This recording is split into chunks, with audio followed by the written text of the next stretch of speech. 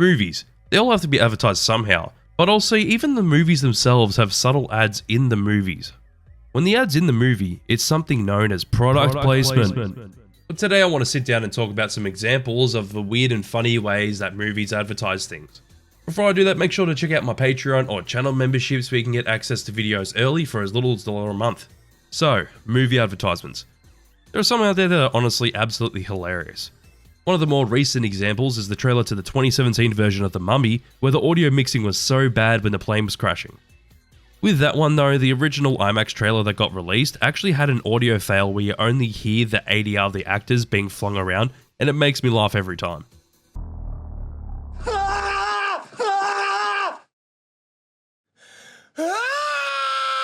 Another great example is a TV spot for Batman Begins. The main reason why I find it funny is because for some reason the TV spot decided to use Nickelback's song Someday for their song choice of the movie's trailer. Which obviously looking back at it now feels extremely dated, but let's not forget, around the time this TV spot released, Nickelback were huge. There are other problems with trailers such as ones that just give away the whole movie and spoil all the plot points and twists. The biggest examples I can think of are Batman v Superman, The Truman Show, The Amazing Spider-Man 2, and literally every Terminator movie ever, besides the first one. Batman v Superman's second trailer spoiled that Lex framed Superman to fight Batman, and that the two of them, as well as Wonder Woman, had to team up to fight Doomsday at the end. Basically spoiled the whole movie besides from Superman dying, where it's heavily implied that he's still alive anyways. The Truman Show spoiled the ending of the movie where Truman finds his way out of the TV show set and talks to the director. The Amazing Spider-Man 2 shows us all the reveals such as how Peter finds his dad's secret lab, the Sinister Six reveal, Harry's transformation into the Green Goblin, the Rhino reveal at the end of the movie, and it kind of spoils that Gwen dies at the clock tower as she's in the middle of the fight between the Green Goblin and Spider-Man. They just really wanted to show everyone what happens in the movie before anyone actually got to see the movie, didn't they? It's also hilarious how they basically show all the scenes with the Rhino, even though he's in the first 2 minutes of the movie and the last 2 minutes where he gets the suit. Lastly, most of the Terminator movies have spoiled something. Terminator 2 wasn't as bad, where the movie just spoils that the T-800 that Arnold plays in the first movie is actually protecting John Connor in this movie instead of being the antagonist. Terminator Salvation spoiled that Sam Worthington's character was actually a Terminator all along, when in the movie it's revealed to be a big twist, and Terminator Genesis reveals that John Connor was a Terminator. But let's go from movie advertisements to advertisements based around movies. Basically ads for products that feature movie characters or take place in settings of the movies. Such as how Batman loves his Diet Coke. Even back in the first Tim Burton Batman movie, he was rushing to grab more Diet Coke. The more memorable one though was for Batman Returns, where Batman has to find out who's stealing all the Diet Cokes in Gotham, as Catwoman then gives him a Diet Coke. At least Coke didn't get shitty with how Batman Returns turned out, not like McDonald's. Another great ad is an M&ms ad where Optimus shows up and fucking yeets a trailer full of M&ms for the release of Revenge of the Fallen, which fun fact about this ad, Michael Bay directed it.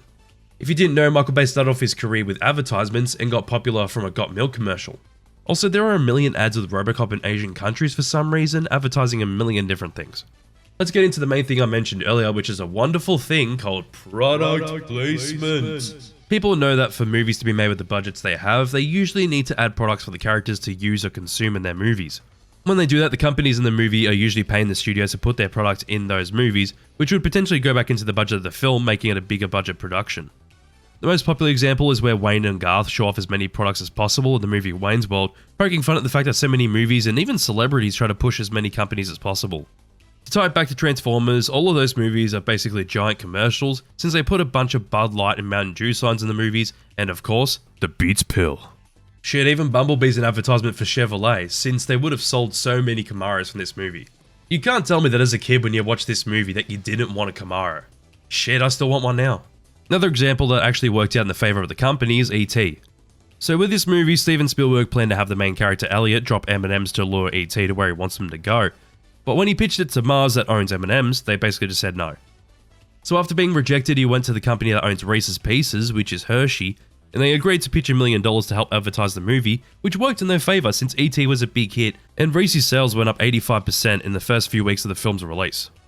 But there is one thing I've said on Twitter recently that made me want to make this video in general, and that is in-movie advertisements.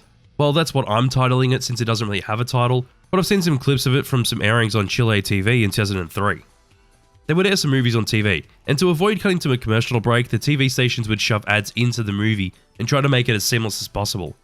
For From what I know, the user Hey It's Windy found these in-movie ads, with the first one they posted being in A New Hope with this scene where Obi-Wan's giving Luke a lightsaber. Instead of getting a lightsaber out of the chest, he pulls out a Chilean beer known as Cerveza Cristal. Cerveza Cristal.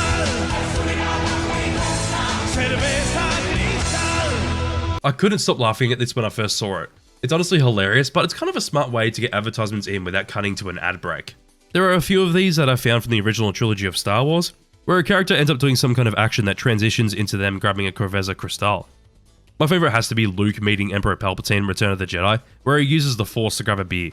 It's fucking hilarious. Apparently George Lucas sued the TV stations that were airing these versions of the films since they messed with the movies just to shove advertisements into them, but that hasn't been confirmed and only found out that these existed a couple of days ago. God, if TV channels were still doing this, maybe I'd actually be watching TV channels instead of sitting on streaming services. Anywho, if you enjoyed the video, please give it a like, let me know your thoughts down below in the comments, and make sure to subscribe if you enjoy my content. Lastly, make sure to check out my Patreon or channel memberships where you can support me for as little as $1 a month and get early access to new videos. Talking about that, let's get into the shoutouts. Alright, massive thanks to Ash Crimson and Brady for supporting my channel licensed tier. Lastly, massive thanks to Fatima, Sam M1994 and Victoria Huntley for supporting my Big Boss tier. If you want to find out how you can get your name at the end of my videos, make sure to click the little join button next to the subscribe button, or click the little Patreon logo on screen at the moment. Anyways, I'll see you on the next video.